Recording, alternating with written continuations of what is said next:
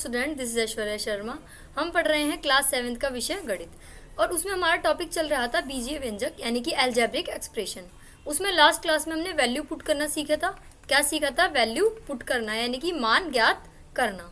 अब किसका? वेरिएबल का। जैसे m की वैल्यू हमने देखी थी किसी बहुत सारे क्वेश्चंस में, a और b की वैल्यू, और भी वैल्यूज हम देख सकते हैं, x की वैल्यू, किसी की भी वैल्यू हम देख सकते हैं। तो आज हम इसी में आगे बढ़ेंगे। अभ्यास 12.3 का ए पार्ट। आइए चलते हैं। तो देखिए सेकंड क्वेश्चन ये रहा हमारे सामने।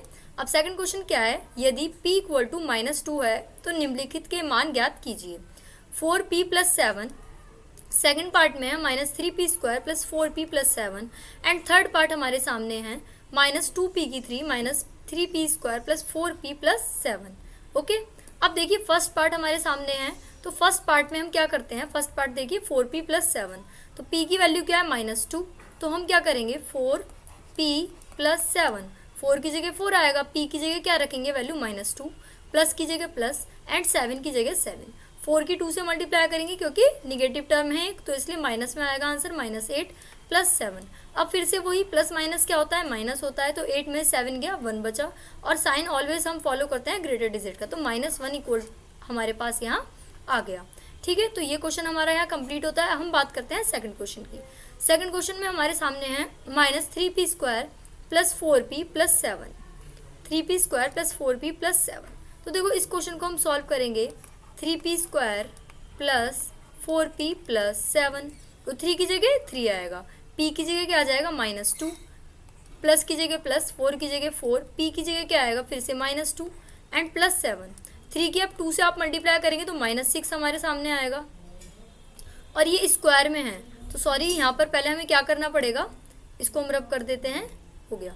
तो इसको हमें क्या करना पड़ेगा? 3, ये हो जाएगा 4, क्योंकि 2 का स्क्वायर 4 होता है, प्लस 4 2 से कितने होते हैं? 8, तो -8 हो गया, ये हो गया +7। अब 3 की आप 4 से मल्टीप्लाई करेंगे तो 3 4 से कितने होते हैं? 12 होते हैं। अब यहाँ पे भी ये माइनस का है 3, तो यहाँ पे भी ये माइनस का होगा, तो ये भी -12 आ जाएगा। तो प्लस माइनस क्या होते हैं? -8, अब ये हो गया +7। अब यहाँ देखिए -12 ये हमारे सामने था। अब देखो 8 में से 7 लेस हम करेंगे तो क्या बचेगा हमारे पास? हमारे पास बचेगा -1।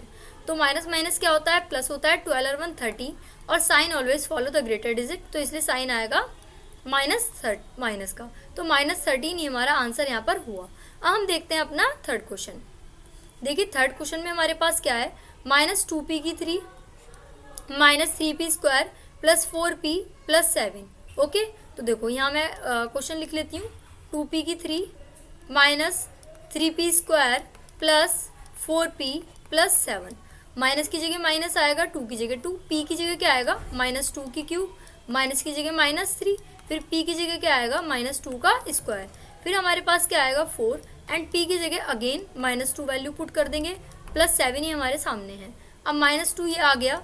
अब -2 की क्यूब क्या होती है? -8 होती है, फिर -3 आ गया, -2 का स्क्वायर होता है 4, अब ये होगा प्लस का 4, फिर प्लस 4 2 से कितने होते हैं? 8, तो ये आएगा -8। अब +7, अब हम पहले ब्रैकेट ओपन करेंगे एंड मल्टीप्लाई करेंगे। 8 2 से कितने होते हैं? 16, 16 आएगा प्लस का, क्यों? क्योंकि माइनस माइनस होते हैं प्लस। अब -12 यहाँ आ जाएगा। अब प्लस माइनस कितने होते हैं? माइनस, तो -8, अब +7। अब यहाँ देखो 16 में से 12 गया, तो हमारे पास कितने बचे? 4 हमारे पास बचे। प्लस माइनस क्या होते हैं? माइनस होते हैं, तो 8 में से 7 गया, तो -1 हमारे पास बचे, तो 4 - 1 यानी कि 3। ओके, और आप यहाँ ऐसे भी कर सकते थे कि 16 यहाँ पे आपके पास था, तो 16 + 7 कितना होता है? 23, 12 और -8 कितना होता है? माइनस माइनस प्लस, तो ये होता है -20। तो इस तरीके से हमारा आंसर यहाँ आ जाता है =3। अब हम देखते हैं अपना सेकंड क्वेश्चन। थर्ड क्वेश्चन में हमारे पास क्या दे रखा है? निम्नलिखित व्यंजकों के मान ज्ञात कीजिए जबकि x की वैल्यू क्या है? -1। -1 x की वैल्यू कितने पार्ट इसके हमारे पास है? 1 2 3 एंड 4 हमारे पास इसके पार्ट हैं। अब देखो इसमें बोला है 2x, फर्स्ट पार्ट में 2x - 7, 2 की जगह 2 आएगा, x की जगह क्या आएगा? -1 आएगा, और -7। अब 2 की मल्टीप्लाई जब हम -1 से करते हैं तो हमारे पास क्या आएगा? -2 एंड -7, ऐसे ही रहेगा। तो माइनस माइनस क्या होते हैं? प्लस होते हैं, तो 2 और 7 को आप प्लस करेंगे तो 9 आंसर आएगा, और ग्रेटर डिजिट के आगे माइनस है तो साइन आएगा माइनस का, तो ये हमारा हो जाएगा -9। इस तरीके से हमारा आंसर आया -9। अब देखिए सेकंड पार्ट हमें दिया है -x + 2 तो माइनस एक्स की जगह क्या आ जाएगा, माइनस की जगह माइनस, एक्स की जगह आएगा -1 प्लस 2। आप इस माइनस के चक्कर में जो क्वेश्चन में ऑलरेडी माइनस दिया है आप उसे इग्नोर नहीं कर सकते हैं। तो आप देखो ब्रैकेट ओपन करेंगे तो ब्रैकेट के बाहर माइनस होता है, अगर ब्रैकेट के बाहर माइनस होता है ब्रैकेट हम ओपन करते हैं तो साइन हमारे क्या हो जाते हैं, साइन हमारे क्या हो जाते हैं, साइन हमारे हो जाते हैं चेंज, क्या हो जाते हैं चेंज। ठीक है, तो ये क्या हो जाएगा, ये हो जाएगा +1 और +2, तो ये हमारा आंसर आएगा 3। हो गया हमारा सेकंड पार्ट सॉल्व। अब हम देखते हैं अपना थर्ड पार्ट, x² + 2x + 1। देखिए थर्ड पार्ट में हमें क्या दिया है, x² + 2x + 1। x की जगह हम क्या रखेंगे, -1 का स्क्वायर, 2 की जगह 2 आ जाएगा, x की जगह -1 और +1 की जगह +1। ठीक है, अब -1 का स्क्वायर क्या होता है, -1 का स्क्वायर होता है 1, 2 × 1 क्या होता है, 2 × 1 होता है -2, एंड +1 क्या होता है, +1 का +1 आ जाएगा। अब देखिए यहाँ क्या है, 1 and 1 इन्हें प्लस कर दिए तो 2 आ गया, और ये -2 ऑलरेडी एग्जिस्ट था यहाँ पर, तो 2 - 2 से +2 से -2 कट गया, तो हमारा आंसर आया 0। क्या आंसर आया हमारा, 0। ओके, अब देखो हमारा फोर्थ पार्ट हमारे सामने है, 2x² - x - 2। ये हमारे पास है 2x² - x - 2, 2 की जगह 2 आएगा, x की जगह क्या आएगा, -1 का स्क्वायर, फिर x की जगह फिर से हम अगेन पुट करेंगे -1 एंड -2, 2 की जगह 2 आएगा, -1 का स्क्वायर क्या होता है, -1 का स्क्वायर होता है +1, क्योंकि 1 × 1 क्या होगा, 1 ही होगा। अब यहाँ क्या है, ब्रैकेट के बाहर माइनस है तो अंदर के साइन चेंज हो जाते हैं, तो यहाँ हो जाएगा +1। तो अब देखो -2 हमारे पास है, 2 1 से कितने होते हैं, 2 +1 -2, अब 2 से 2 कैंसिल हो गया तो हमारा आंसर बचा 1। ठीक है, और इस तरीके से भी हम देख सकते थे कि 2 × 1 कितने होते हैं, 2 होते हैं, +1 ऐसे ही आ जाएगा और -2, तो 2 में हम +1 करेंगे तो 3 आएगा, 3 - 2 क्या होता है, 1 होता है। तो हमारा फोर्थ क्वेश्चन इस तरीके से सॉल्व, फोर्थ पार्ट हमारा सॉल्व हुआ। तो हमने इस क्वेश्चन के चारों पार्ट यहाँ पे सॉल्व कर लिए, 4 ही पार्ट हमें गिवन थे, 4 पार्ट के आंसर हमने यहाँ निकाल लिए। अब हम चलते हैं अपने नेक्स्ट क्वेश्चन पर।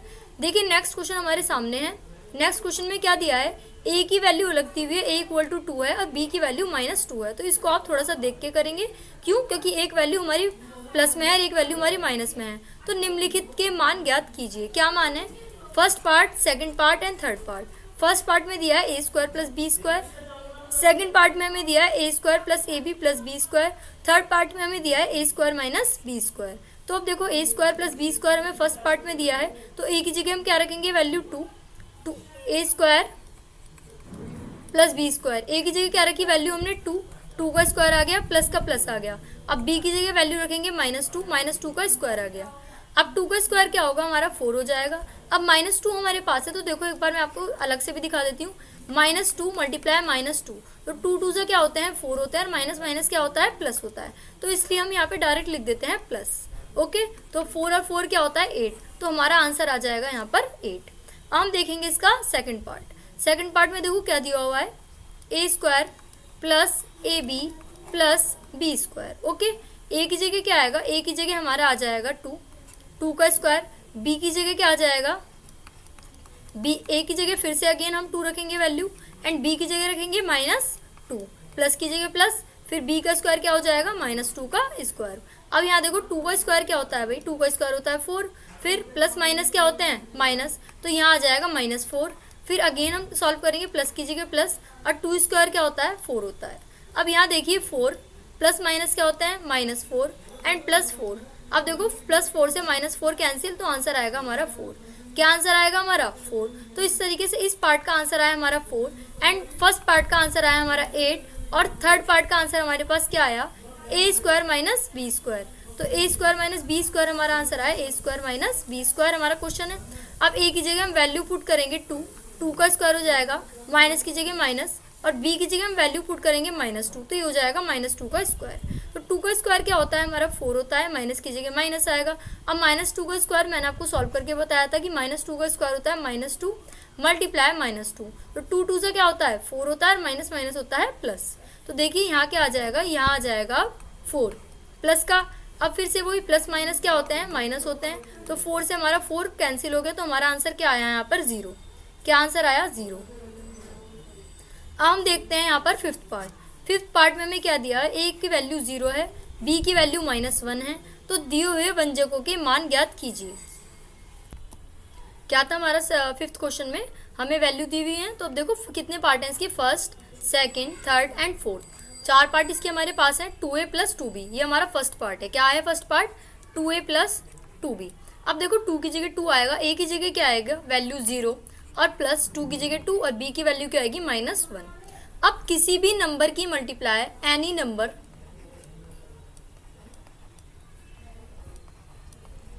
Number multiply by 0 is always 0, हमेशा 0 होता है। अगर किसी भी नंबर की मल्टीप्लाई हम 0 से करेंगे तो हमारा आंसर 0 ही आएगा।